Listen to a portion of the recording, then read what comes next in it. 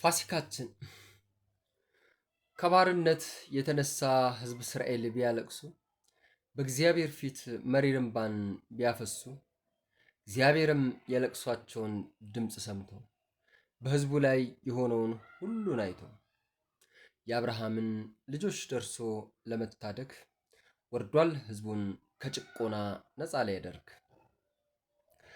ፈርዖን ቢሆን ሕዝቡን ሊለቅ የማይፈቅድ ሰነባብቶ ብዙ ቅጣት ሲያስተናግድ ኋላ ወዶ ሳይሆን በግድ ሕዝቡን ለቆ ነፃ ወጣ በጸናች እጅ በብርቱ ክንድ። እስራኤልም ያቦኩትን ለመጋገር ጊዜ እስኪያጡ በእግዚአብሔር ኃይል ከፈርዖን እጅ እንደወጡ መቼም ቢሆን እንዳይረሱ እንዳይዘነጉ ይህ የማለፍ ታላቅ በዓል እንደ ሕጉ እንደ ወጉ እንዲያከብሩት ፋሲካንም እንዲያደርጉ ቂጣው እንዲሆን እርሾ አልባ ከጠቦቱም የሌለው ነውር በዓመት አንዴ እየበሉ እየጠጡ እንዲያከብሩት ታዘው ነበር። የእስራኤል የፋሲካ አከባበር ምክንያቱም ስርዓቱም ይኸው ነበር። የአዲስ ኪዳን ፋሲካ ግን እንዴት ነበር?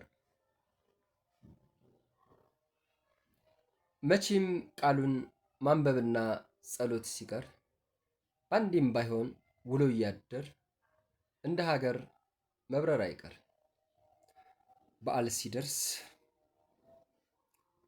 ጠላና ጠጅ የሚተካን ማዘጋጀት ማበጃጀት፣ ለድፎም ለቡናውም ለዕጣኑም እንደ አቅሙ መያዝ በጀት፣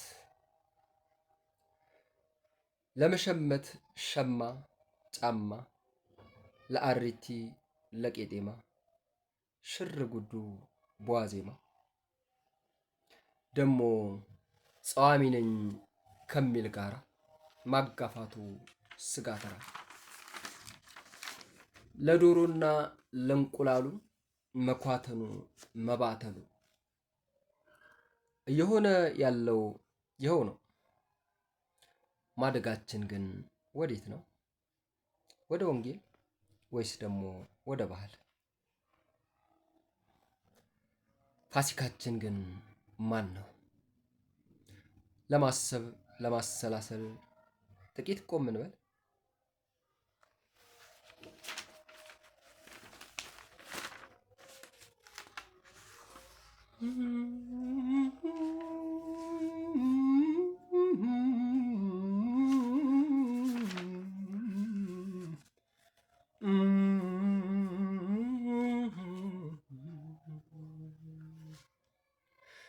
እስቲ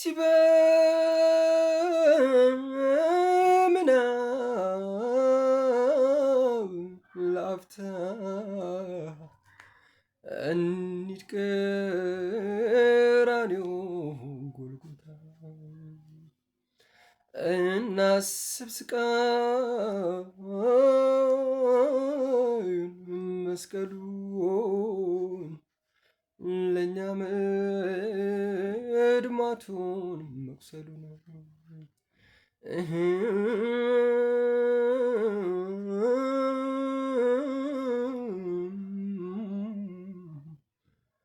በእርሱ ቁስል ተፈወስን። አዎ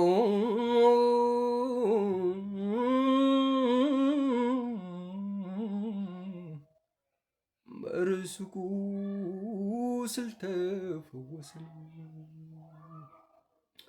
ስለ በደሌ ቆሰለ ደዌንም ተቀበለ ሕመሜንም እሱ ታሟል ዕዳዬን ከፍሎ ፈጽሟል።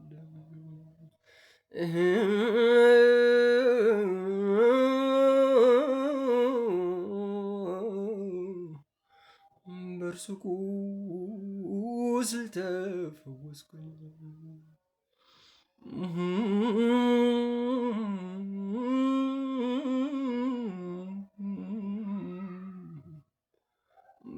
በእርሱ ቁስል ተፈወስን።